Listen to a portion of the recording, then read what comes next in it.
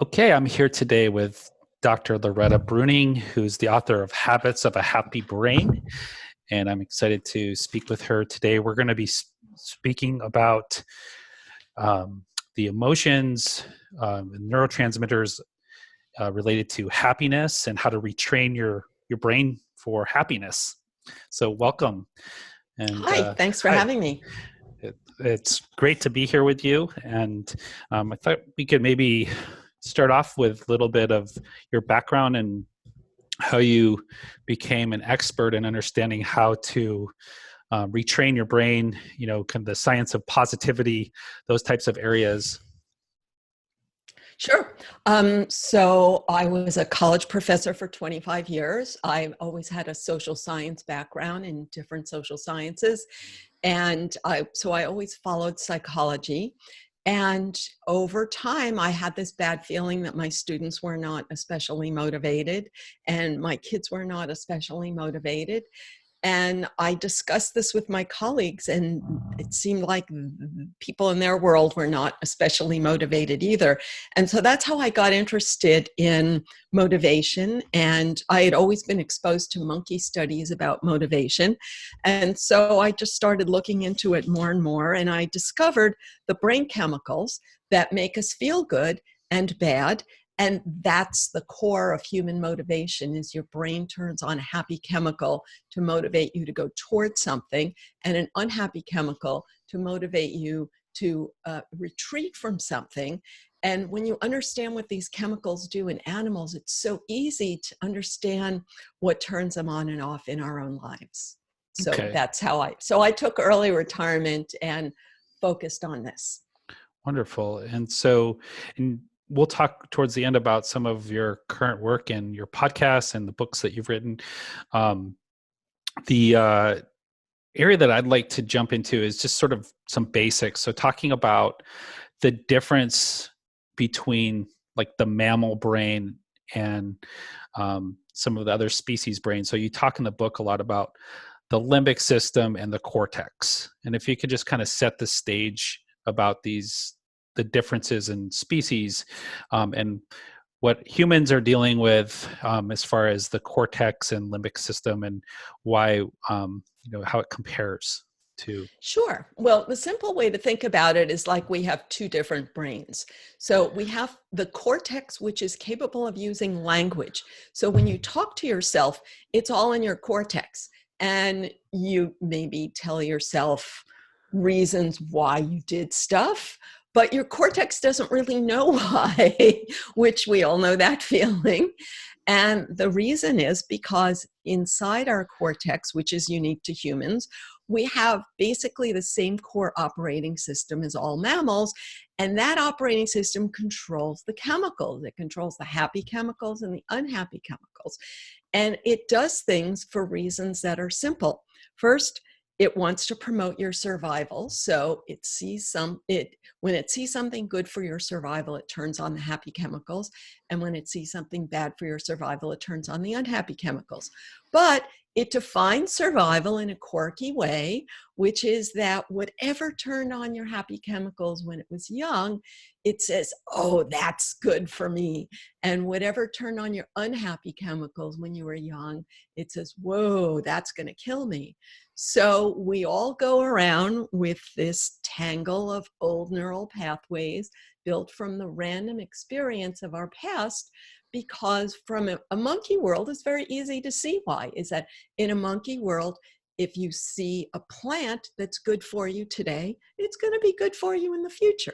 And if you see a predator that's dangerous today, it's going to be dangerous in the future. So that's how our brain works. Mm-hmm, mm-hmm. Okay. So when we're talking about happiness as a subject, how does that fit into this structure of or positivity, I should say? How does that fit into this structure? Well, when our happy chemicals turn on, it feels so good that we're like, whoa, I want more of that. How can I get more of that? And from a monkey perspective, monkeys don't have a supermarket. They don't have a pantry. So when they're hungry, they're like, whoa, how can I find the food that tasted so good yesterday? and the fruit that tastes much better than those yucky, boring leaves that they mostly fill up on. So your brain is always trying to say, how can I get whatever made me feel good before? And in the modern world, when it's so easy to fill up your belly, it takes like new and improved to turn on the happy chemicals. And that's what we're all sort of hankering after. Okay. And also, in a human world, like, if you were acting on your limbic system all day long, that would possibly get you into a lot of trouble, break down a Yeah. lot of relationships, lose jobs, that type of thing. So, I mean, what is going on in the human experience that's like navigating this limbic Yeah, system? good question. So, if you, as you correctly point out, if you just run on your monkey brain, well, that will get you into trouble. And so many people go to the other extreme. They try to typecast the monkey brain as the bad guy and the cortex is the good guy. But now we're learning that if you just run on your cortex, that will also get you in trouble. One reason is because, people who never do anything that feel good and try to just do some distant goal all the time, you make yourself miserable. And the other reason is because you basically lie to yourself and you think, oh, I do the right thing all the time. And then by 10 o'clock at night, you're just like, oh, I'm so tired of doing the right thing when everybody else is a jerk. So you open up a bottle of scotch or whatever is your preferred way of paying yourself back for that. So that's why my solution is that your two brains are designed to work together. They have to make peace. They have to learn how to work together. You have to teach them about each other, help them make friends. I love it. Yeah, I mean, this is one of my favorite parts of of the book that the Habits of a Happy Brain book. When I read that section, when you said that we're sort of walking around pretending like this limbic system, is it's almost like we're too good to think that actually this is actually going on. And I like how it's refreshing that you're not trying to squash it. Thank you. So I call it self-acceptance, and I call the cortex is your internal public relations agency, because your cortex is always trying to present you in a good light. And there's that saying, don't believe your own press clippings. And I should also give a little credit to Steven Pinker. I think is in his book, How the Mind Works, he talked about the Swiss Army knife model of your brain. And how everybody's looking for, when they study the brain, like what spot is the real you? And he said, there is no one spot. Your brain is like a Swiss Army knife. It's all these different tools, but they don't know if they're all separate. So there's no like core holding them together, really. Okay. Yeah. So let's talk about a couple things that happen, like political correctness is a big thing you talk about. And then I threw in a question when we were offline about passive aggressiveness, because I feel like when people aren't in tune with their of how to navigate their limbic system, they get passive aggressive. Yeah. So passive aggressive. So aggressive is sort of like the concept of anger. And if you, the cliche that people sort of deny their anger, and it's not polite to be angry. So people have to find other ways to release it. And in the modern world, we're actually doing better than this, than we realize. Better at this than we realize. Because when I was young, there was this cliche of like two guys in a bar, they get into a fight. And, in the 50s, they pulled out knives. In the 60s, they just pulled out their fists, and by the 80s, like, oh my God, even if they said one angry word, it would be totally unacceptable. Yeah. So we've gone to that extreme where we're expected to like love everybody all the time. It's totally not a realistic standard. Yeah. And so it's not surprising that people would be passive aggressive. So another way of understanding it is the idea that your brain evolved to meet your needs, and it did not evolve to like love everybody else all the time. Like other people are often an obstacle to meeting your needs. And your monkey brain is thinking like, whoa, you're a pain in the neck. And so a little self-acceptance. So then you won't be so angry. You could sort of say, whoa, geez, I'm a mammal living in a world of monkeys. And it's frustrating. And I'm going to give myself some free time to defuse, to discharge without alcohol, without anger, just to give myself some space to meet my unmet needs, Yeah. so that I don't get so annoyed with other people for preventing me from meeting my needs. Yeah. Makes sense. Makes complete sense. And then along the lines of political correctness, and you talk a lot about that. And I'm assuming that's like a cortex dominant scenario. Yeah, so it differs for different people depending on where they live. So I happen to live in a very, very politically correct niche of the world. So I wrote a separate book about that. So I'm not sure which book you're referring to, so I'll explain both. So I have one called The Science of Positivity, Stop Negative Thought Patterns by changing your brain chemistry.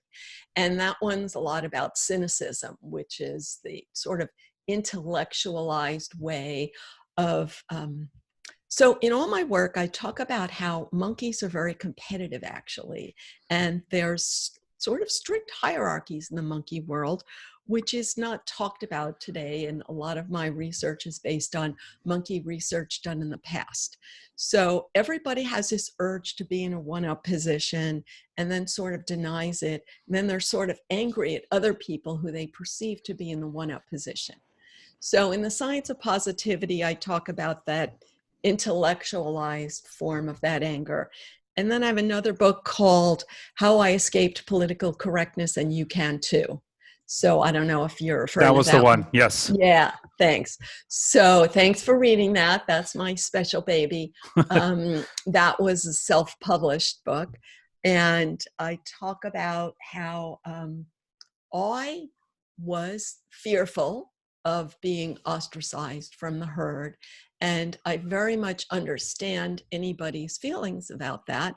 And it's understanding our mammalian urge to be in a herd and how we feel like our survival is threatened when we're isolated.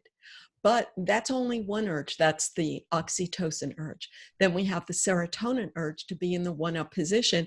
And political correctness can put you in the one-up position without ever having to get off your couch and do anything. Mm-hmm. And then if you say one politically incorrect thing, then you're suddenly fallen, and now you're at the bottom of the social hierarchy, no matter how hard you work. And so it's understanding that, your fear of that is sort of natural. And then there's the dopamine aspect of it. So dopamine is our urge to increase rewards, which in the state of nature involves a lot of goal seeking, step-by-step prediction, and predicting about which steps will bring, where to invest your energy. And that's very hard and frustrating because, like, if you think about it, when a monkey climbs toward a piece of fruit, sometimes it's disappointed and the fruit is like rotten when it gets there. So we all make predictions. And so politics is sort of a way to predict how things are going to go. And then we all get frustrated because things don't always go our way. Mm-hmm. So politics is sort of a way to deal with that frustration. Mm-hmm. And when you join a political mindset, you buy into their prediction. And then when things go wrong, you don't have to blame yourself because you can blame the other party for making things go wrong. Okay. Yeah, that sounds familiar. um, okay. Well, let's get into some of the heart of these tools and the matter at hand here. So when when people come to me as a physician, it's like they're dealing with a lot of chronic illness, sometimes chronic depression, anxiety, sleep disruption, maybe a chronic condition that's causing is like a driver of a mental health condition. So it's a Mm, mental health issues is a secondary yes. issue. Yes. They've learned some helplessness, or they've kind of starting to get despair and give up. They're no longer Mm, positive. mm, And like if I was to say, you know what, you should just be positive. You should, look at the world positively, and everything's going to be okay. Having been in that, scenario, it probably wouldn't. They wouldn't know what to do with that. It wouldn't land as well. However, you have a different approach where you're actually giving people's tools to understand how these key hormones and neurotransmitters work and how to navigate them. Can you just kind of take us through just like a general structure of dopamine, oxytocin, cortisol, serotonin, and endorphin system, and then maybe talk about some just basic steps and give us some examples? Sure. And if you don't mind, something beneath that, like whenever a person feels stuck, so this is natural. We're all stuck in the neural pathways we built when we were young because of what's called myelinization, which is myelin is what transforms our neurons from skinny little things to superhighways. So we are all born with billions of neurons, but no connections between them. And whatever you experience when you're young, it gets myelinated, and your brain relies on those myelinated pathways today because they're efficient. So it's the same thing. If I was going to drive from California to New York, I would use the highways that exist rather than trying to drive in a straight line, because that's the self-acceptance piece of it. Now, we don't need to go around thinking, oh, I got off to a bad start and I have a bad highway system and everybody else has a good highway system, because you can imagine that everyone in the world has a neural network built from the crapshoot of their early childhood experience. No child has this perfect roadmap to the future. If you were not nurtured, well, that's tough. But people who get too much nurturing don't learn self-reliance. Mm. And anyone who's been a parent, like, how, like, there's no perfect middle ground. Life is hard. So the good news is that we can build new neural pathways, but it takes a lot of repetition. And when you understand the happy chemicals, then you understand what you're already doing to turn them on. And then you have the knowledge that you can rewire yourself to turn them on in new ways when you feed your brain new experiences repeatedly. Okay. So let's take serotonin, for example. So Okay. people are familiar that if they're feeling sad, one of the strategies is to raise serotonin. And in your book, you talk about, well, what is beneath serotonin, which, if I'm not mistaken, it's a sense of feeling like you have good social status is one element of it. Um, Yes. and yeah, Ah. so if you could just go into serotonin, and because I think people are very familiar with that neurotransmitter. Good. So no one has heard this perspective on serotonin, I would imagine, but it was actually reported in the New York Times in the 1980s. So there was a lot of monkey research on the one-up dominant submission rituals among monkeys. And it's important to know that this is not aggression. So monkeys are like, one monkey approaches another and they clarify which monkey is in the one-up position and which is in the one-down position. It's exactly like if you've ever studied a foreign language. A lot of languages have, like, before I can talk with you, I have to either speak to you as someone who's above me or below me. In Spanish, it's usted or tú. And Right. so, yeah. So a lot of languages are like that because that's how the monkey brain works. And we humans are constantly comparing ourselves we mammals are constantly comparing ourselves. And when you see that you're in the one-up position, your brain releases a little bit of serotonin, and it's not aggression, but it's like, I'm the man, I got it going on. Right. And that feels good, but guess what? Your body metabolizes that in a few minutes. And then you want more, which is why people are constantly driving themselves crazy, looking for ways to feel a little bit cooler and more powerful and whatever. So I want to pause there because I want to just make sure that people understand that you feel like if you were to judge that about yourself, it is a seed of self-hate. Yes. And so I think it's really important because, there's a lot of books out there about thinking positive, but this is a core unique thing about you. And yes, because all these books tell you that ego is bad, which is insane. It's like telling your inner mammal that you hate it and you want to kill it. Okay. Yeah. So, I think that's a really key thing. So I just want to keep holding that for this conversation, because I could see, even when I think about myself in that situation, my initial response based on what I've learned about having those thoughts of like, oh, I feel like the man, you start to feel shameful about it. Yes, So, exactly. And so I think it's really important for us to keep in, for this talk to keep like staying out of that place, because that would not be what the gift of this is.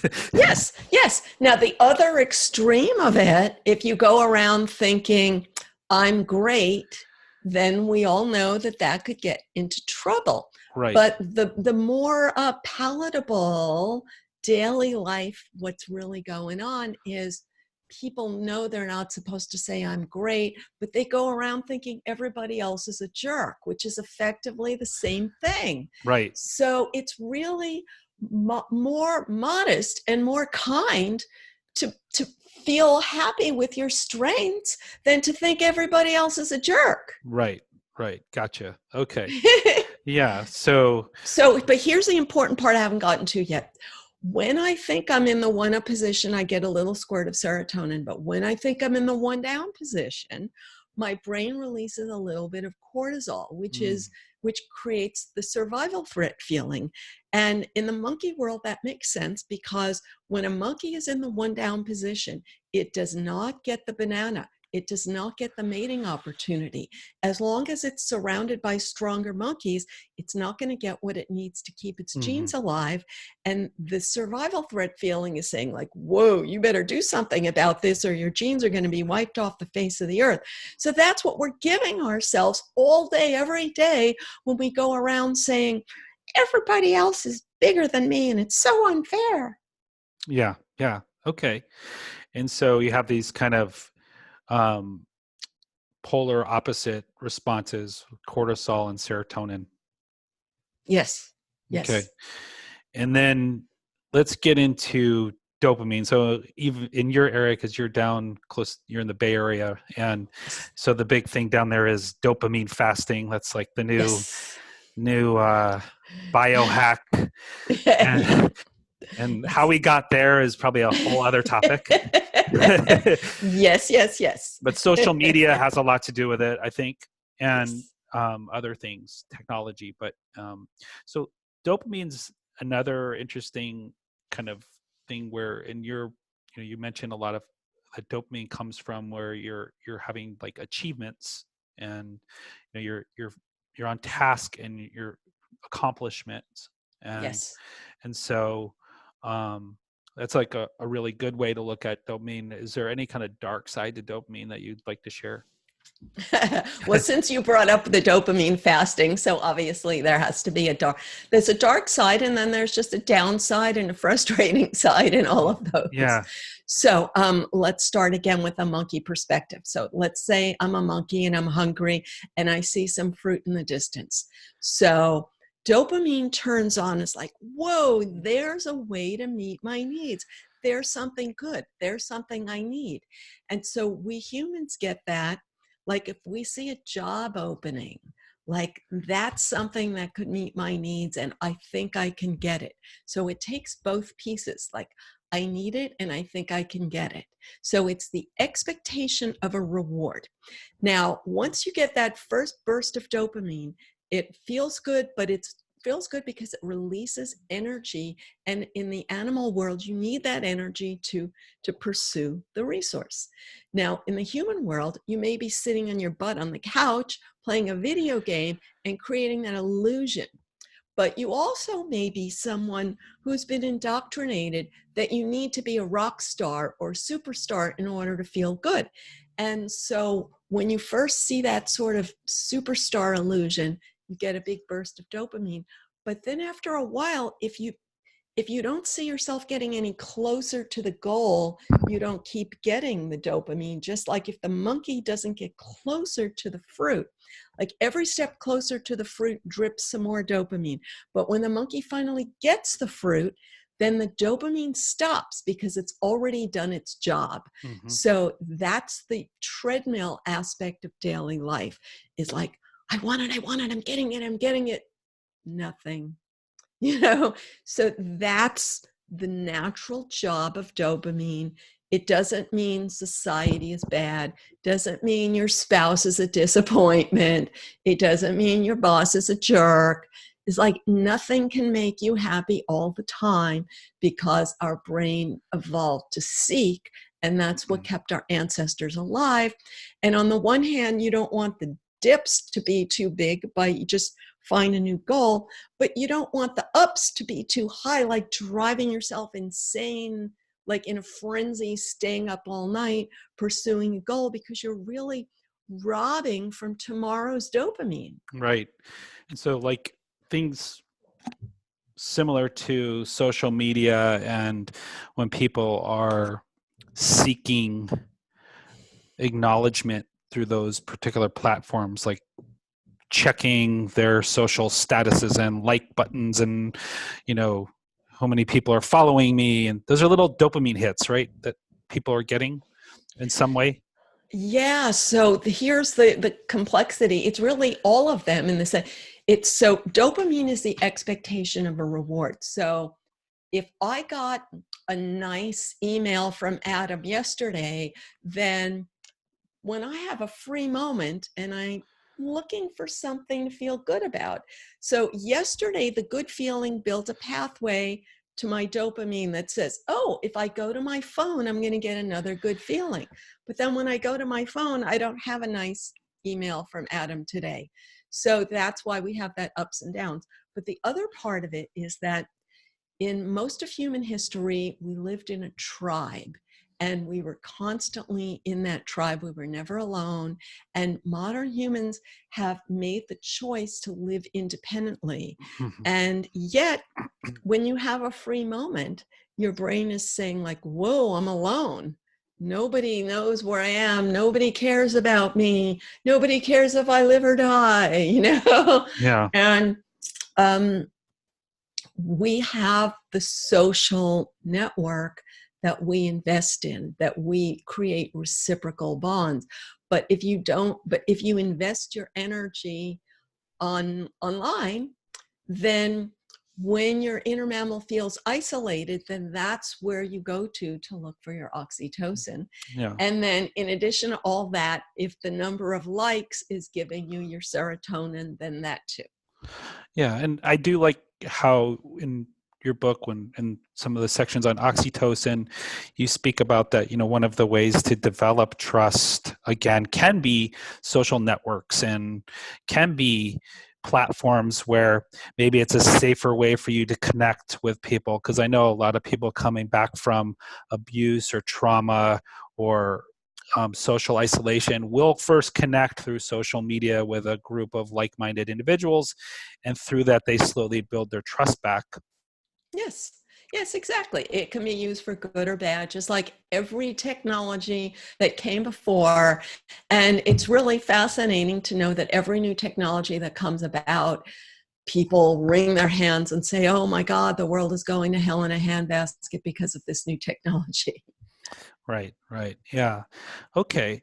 Well, I'd like to see if we can talk a little bit about oxytocin, because one of the interesting points you've made in writing is that humans, the larger your cortex, the more you kind of come in the world kind of stupid, I guess you say, or for survival, like your survival, Unwired. unwired for Unwired. Yeah, survival. yeah. Yeah. So I think there was a term that was similar to, so coming in unwired for survival. Neonotony. Yeah, yeah, and I think it's just a sense that your cortex um, is kind of like a wide open space that is dominating you, but you don't have survival skills. So if you could talk about how parenting and motherhood or bonding plays a role in sort of these survival mechanisms, and also when people become empty nesters or when they lose primary love objects, and how that manifests. Sure. So we are all born, as I said, with billions of neurons, but almost no connections between them. Now, compare that to a reptile. A reptile has very few neurons, but they're all hooked up when it's born. So a reptile leaves home at the instant of birth because it's already hardwired with all the survival skills it needs. And if it doesn't leave home fast enough, a parent tries to eat it because it's like defective. So humans are born more vulnerable than any other creature. So the more neurons you have, the longer it takes to wire them up. And I explain this a lot more in the book. And so we need like a good couple of decades to wire up our neurons.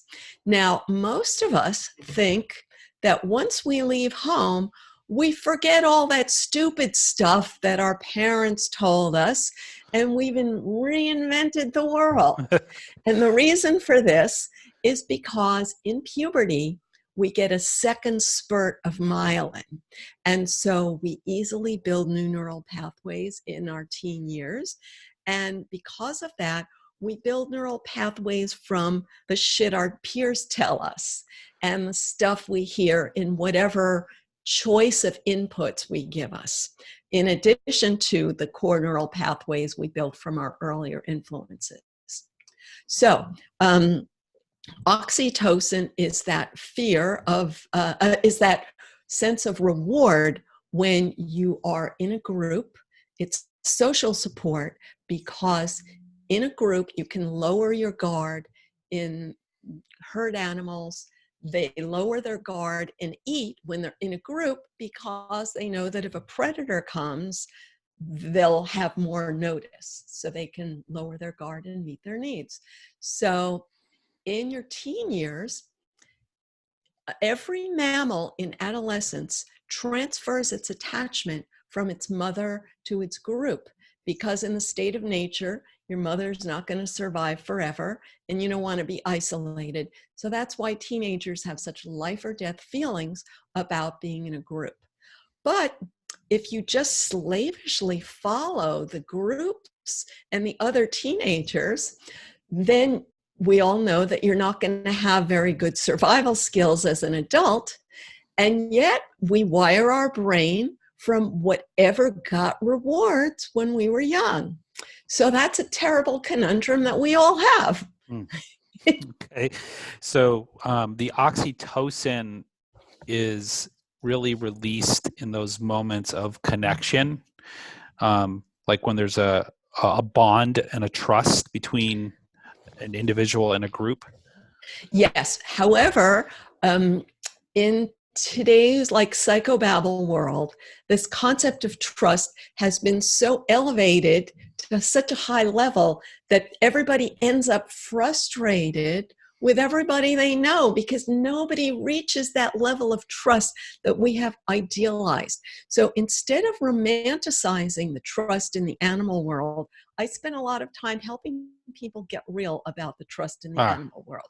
So if you were a gazelle, the way you would get your oxytocin, they find a herd and then they push their way to the center of the herd where it's safer from predators.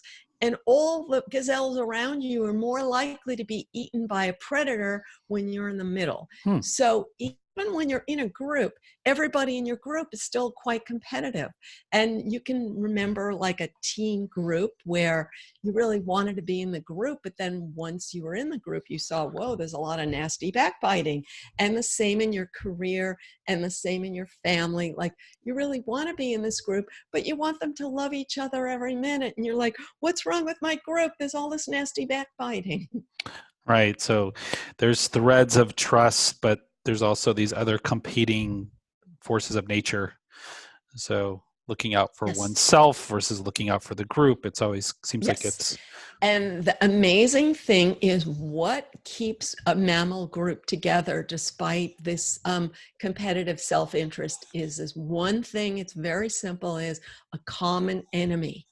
So when there's a common enemy, mammals stick together. When there are no predators, they spread apart, and it's every man for himself. So every group that you're in, notice how much they talk about the common enemy. That's all they talk about because that bonds them. okay. That's interesting. That makes a lot of sense. So, okay, well, coming from a standpoint of someone who, let's say, just kind of give us some examples of someone taking some steps with the information that you're sharing, someone who's dealing with anxiety, like chronic anxiety. And I know you have a book out on anxiety as well. So of course, I hope that people who want to go in deeper will actually buy the books and watch your videos on your website.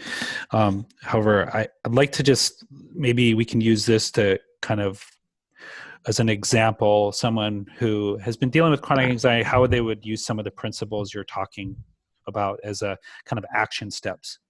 Sure. So in my book, Tame Your Anxiety, so I have this very simple model, which is imagine a horse and rider.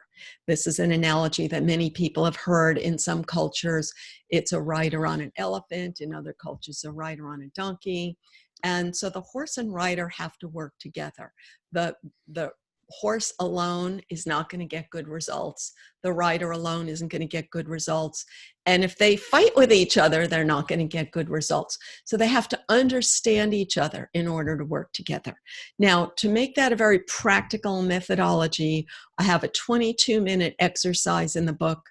Did I say the name of the book? I can't even remember. Yeah, yes. Okay. So it's a simple exercise, takes 22 minutes. So first, I guess people should understand that cortisol is what gives you that survival threat feeling, and it lasts in your body for about an hour, but it has a half-life of 20 minutes. So in 20 minutes, you'll be done with half of your cortisol, but during that time, everything you look at is going to look bad. So on the one hand, when you have this survival threat feeling, you urgently want to do something to make it stop because that's the job it evolved to do. And yet anything you try to do is going to look bad. And you're going to think, oh my God, I have no good options. Everything is horrible. So what I'm suggesting is first take 1 minute to figure out what your problem is, what you really need, what you want, what you're missing. For 1 minute, set a timer, just so like in case of emergency, if there really was an emergency, or to be honest with yourself about what the real issue is. Then take 20 minutes to do something that you enjoy, to give the cortisol time to metabolize. And when I say something you enjoy, so it doesn't mean call the pizza man and eat the whole pizza, but so I help you develop a list of healthy ways. All it takes is distraction, because the minute you think about something other than the threat, the cortisol starts to metabolize. Mm-hmm. If you focus on the threat, you're going to just get more cortisol and more threat and more evidence of threat and more cortisol, and you're going to be in a spiral. So the idea is healthy distraction for 20 minutes, and then you take 1 minute to find a solution that you could take the first step. And what matters is the first step, because what I explain is if you were a gazelle and you smell a lion, You don't focus on the lion, you focus on the escape path. So you figure out the path and you take the first step. And the minute you take the first step, you start feeling better. And then you take the next step. Wonderful. Very practical. I love this. And, one of the practical examples I've used from your book, Habits of a Happy Brain, for myself is I have this, I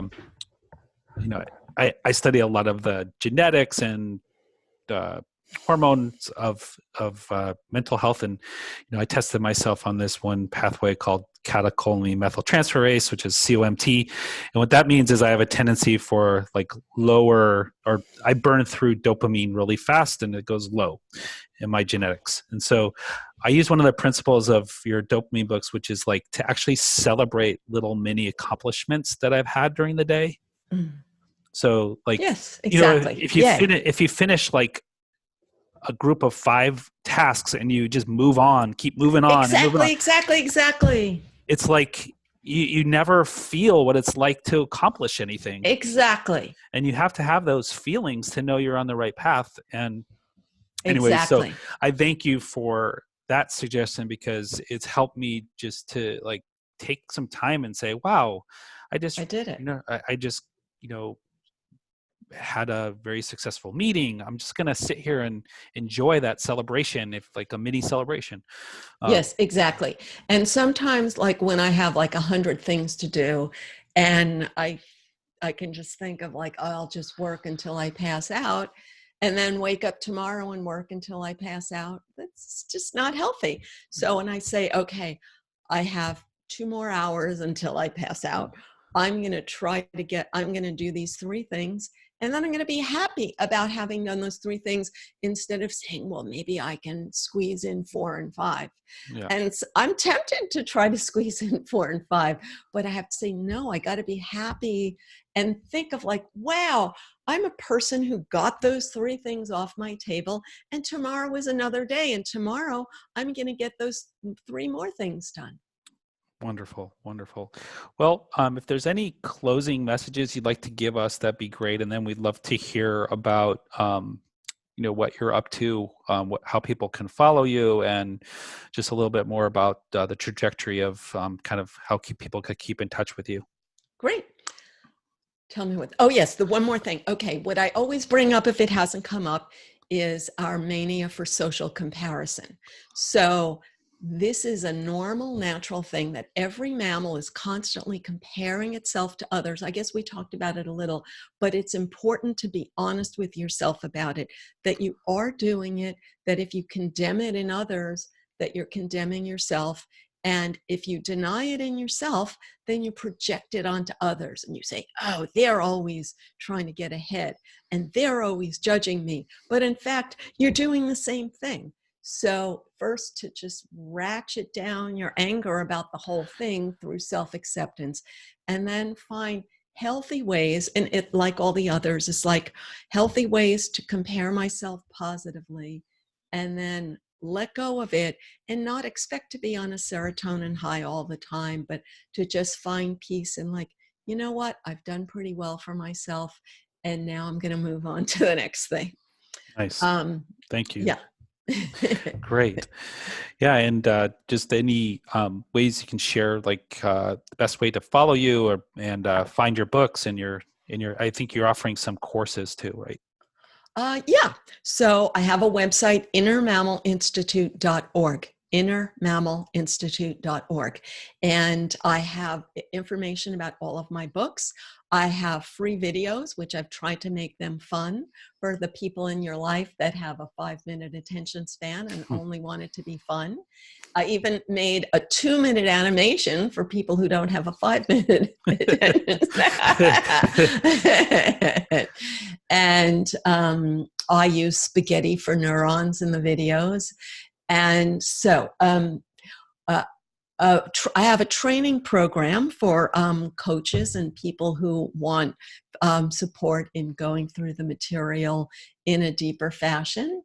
And I have blogs and podcasts, and I have a 5-day Happy Chemical Jumpstart, which will send you 1 email a day for 5 days that explains all of this and also puts you on my monthly mailing list.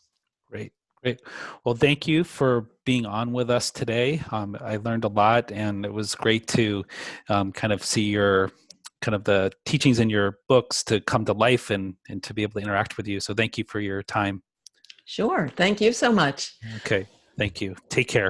I just want to say you did a really good job of like putting my stuff in your own words. It was very nice. Thank you. I appreciate that. Because like I just hear the same stuff over and over, so it was nice to hear it in your words.